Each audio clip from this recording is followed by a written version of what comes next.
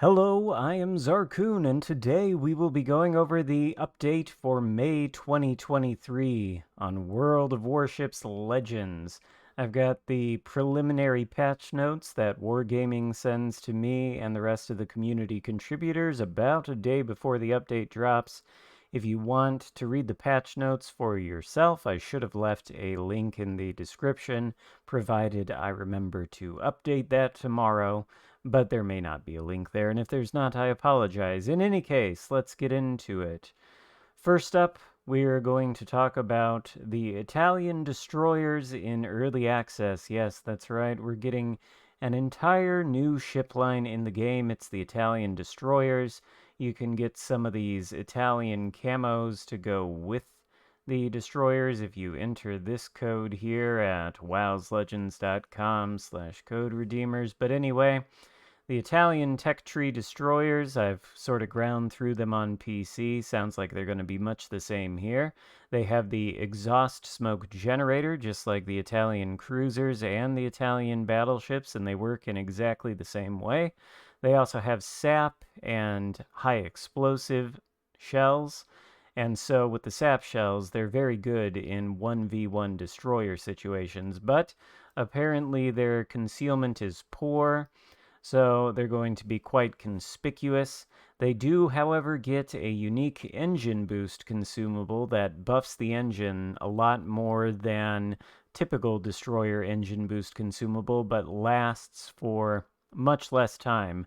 I really, honestly, I don't have that much of an impression of them after having grinded through the line on PC. They weren't my favorite. They also had very strange, like abnormally strange range on their main battery guns. It was excessively short. Like the mid-tier ones, their guns could only range out to something like 7 kilometers. The patch notes don't seem to imply one way or another what the gun range on the destroyers are going to be for Legends, but it'll be interesting to see when they pop into the game. They'll, of course, be available in those early access crates and such. Next up, though, we've got the main feature of the update, the campaign. I have no idea how to pronounce this because I cannot speak German, so I'm not even going to try. The reward for the campaign is yet another Tier 8 heavy super cruiser. It's the Aegir, which I think was known as a secondary focused cruiser on PC before they nerfed it, but it's got the 305mm guns of things like the Alaska or the Azuma or Yoshino. It's got German torpedoes. I'm sure it's got sonar. Doesn't say really anything about secondaries, so that remains to be seen, but hopefully it ends up being a good cruiser. I'm sure there's some of you out there who are very interested in it, but I don't know. We'll see how it is when the update drops on Monday. Next up, we've got another online calendar event type thing where I guess you go to the internet and you get all these missions that are tied to your in-game account. You do them, and at the end of it, if you complete all of them after the 5 weeks, the award is an Italian destroyer commander, Carlo. I have no idea. We're just going to call him Carlo. You can get him through the calendar by completing all these missions, and if you do get him, he will come to your commander roster at rank 7, so there's that. And now, another batch of Tier 8 tech tree ships, starting with the Petropavlovsk, which apparently is going to be a Tier 8 heavy Russian cruiser. I find this amusing because I think a while ago, maybe it was on a live stream or something, I said, well, with the way Wargaming likes to put Tier 10 ships into strange tiers for Legends, I bet we'll see Petro at Tier 8, and it's almost like I'm a psychic, because here we go. Petro, for those of you who do not know, is widely regarded to be one of the most overpowered ships in the entire game in World of Warships PC. It's got absolutely crazy guns and very good armor, so it's exceptionally tanky for a cruiser. And it's, of course, a Tier 10 ship, which means it probably should be legendary in Legends, but Who knows? Logic at tier placement is not a thing between PC and Legends. We've also got the Soviet destroyer Neustrashimy at tier 8, which is interesting because that is a premium on PC, but we'll get it as a tech tree. In fact, I think it's a pretty rare coal ship, one of the more expensive ones on PC. Then we've got the successor to the Amalfi, the Brindisi, at tier 8 for the Italian cruisers. Tier 8 Italian battleship Lepanto, and another interesting addition, Pan-European destroyer Smolensk, which is another ship that I think is widely regarded to be overpowered on World of Warships and is also a premium, but it will be our tech tree tier 8. So this is the most interesting new batch of tier 8 tech tree ships in a little while. Things like Smolensk and Petropavlovsk are pretty insane to see there, and I'll be interested to play the Neustrashimy. Brindisi is okay, but it's sort of like a stepping stone. We really want the real thing. We want Venezia at legendary tier, but Brindisi is an upgrade over Amalfi, I suppose. And Lepanto, don't know, never played it. I think it's a bigger Veneto. Then we've got a new season of Brawls. Nothing in the patch notes really about it. Dedicated article coming soon. More weeb stuff in the form of this arpeggio of blue steel. Great. There's going to be more of that in, I'm sure, a dedicated article May 15th through June 5th. It'll be available for most of the update. And then finally, new ships of the update. I've seen this one floating around a little bit. The Tier 7 Premium American Battleship USS Constellation.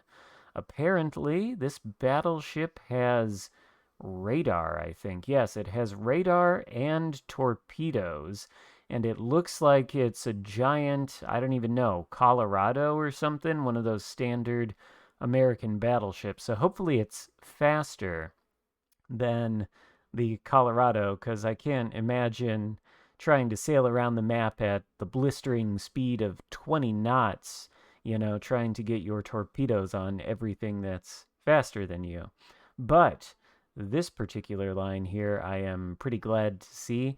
Pan American Battleship Commander Enrique Fernandez will be available through a special mission, and I'll be interested in seeing how his skills can benefit the Atlantico, which is a ship I think is quite fun.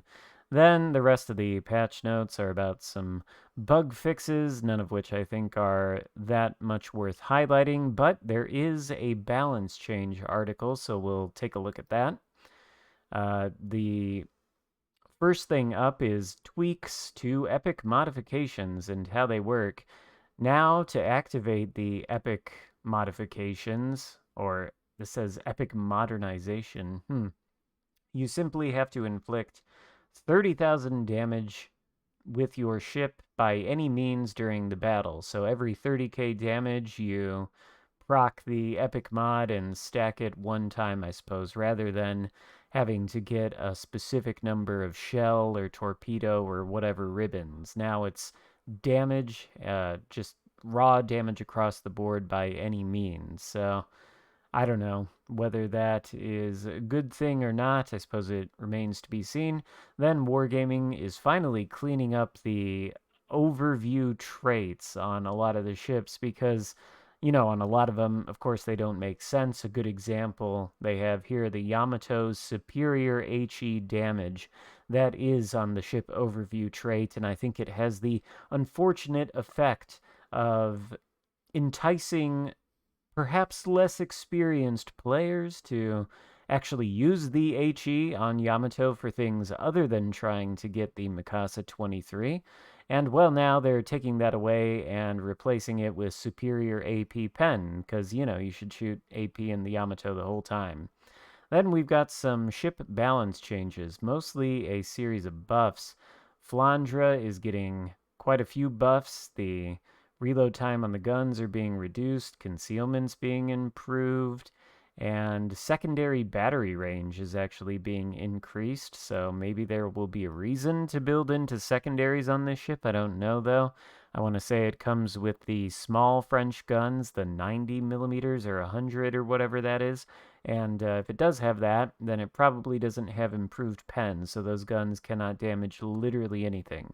So I'd be skeptical about building into secondaries, but, they do light a lot of fires, so interesting.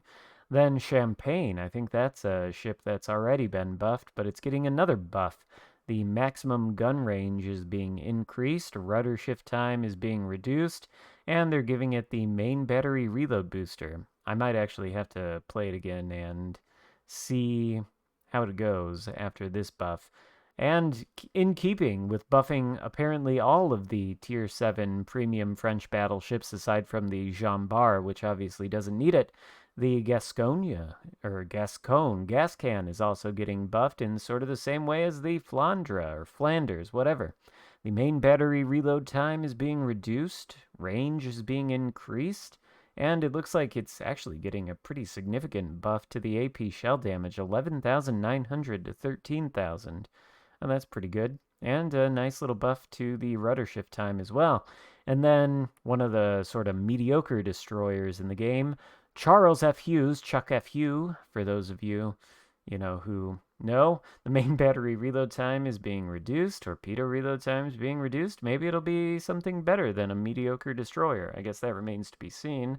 And, well, ZF6, which does not need a buff in any way, is getting a buff to its HP in the tune of 1,000 extra HP.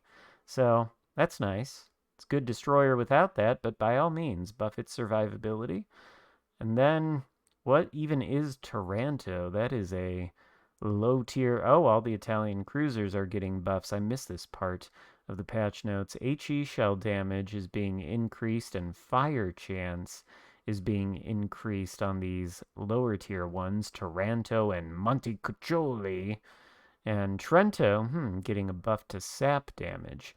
Interesting, very interesting. Not a lot of stuff to really shake things up in these balance changes, but there you have it. There is a look at the patch notes and the balance changes for the May 2023 update to World of Warships Legends. Hope you enjoyed this video. If so, give it a thumbs up, consider subscribing if you haven't already, and I'll see you next time. Goodbye.